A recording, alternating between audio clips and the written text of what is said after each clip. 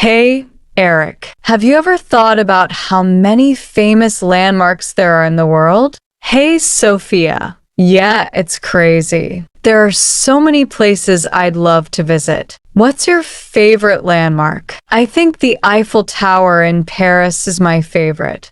It's so elegant, and the view from the top is amazing. I've never been to Paris, but I'd love to go. The Eiffel Tower is definitely iconic. I really want to visit the Statue of Liberty in New York. Oh, I've seen it. It's really impressive, especially when you take the ferry and see it from the water. That must be beautiful. Another landmark I want to see is the Great Wall of China. That one's on my list too. It's so long and full of history. Did you know it stretches over 13,000 miles? Wow, that's incredible. I also want to visit Machu Picchu in Peru. It looks like something out of a movie. Yes, it's high in the mountains and surrounded by nature. I love how mysterious it is. Have you ever been to London? Yes, once. I saw Big Ben, the Tower Bridge, and even the London Eye.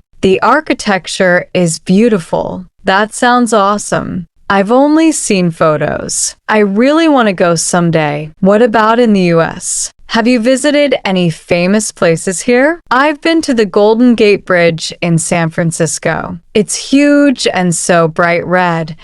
It looks great in pictures. Oh, I'd love to go there. I've only seen the Mount Rushmore monument. The faces carved in the mountain are amazing. Yeah, that one's on my list too. And of course, the Grand Canyon, nature's landmark. Yes, I went there last year. It's so big and colorful. Pictures don't do it justice. You have to see it in person. Totally. Do you prefer natural landmarks or man-made ones?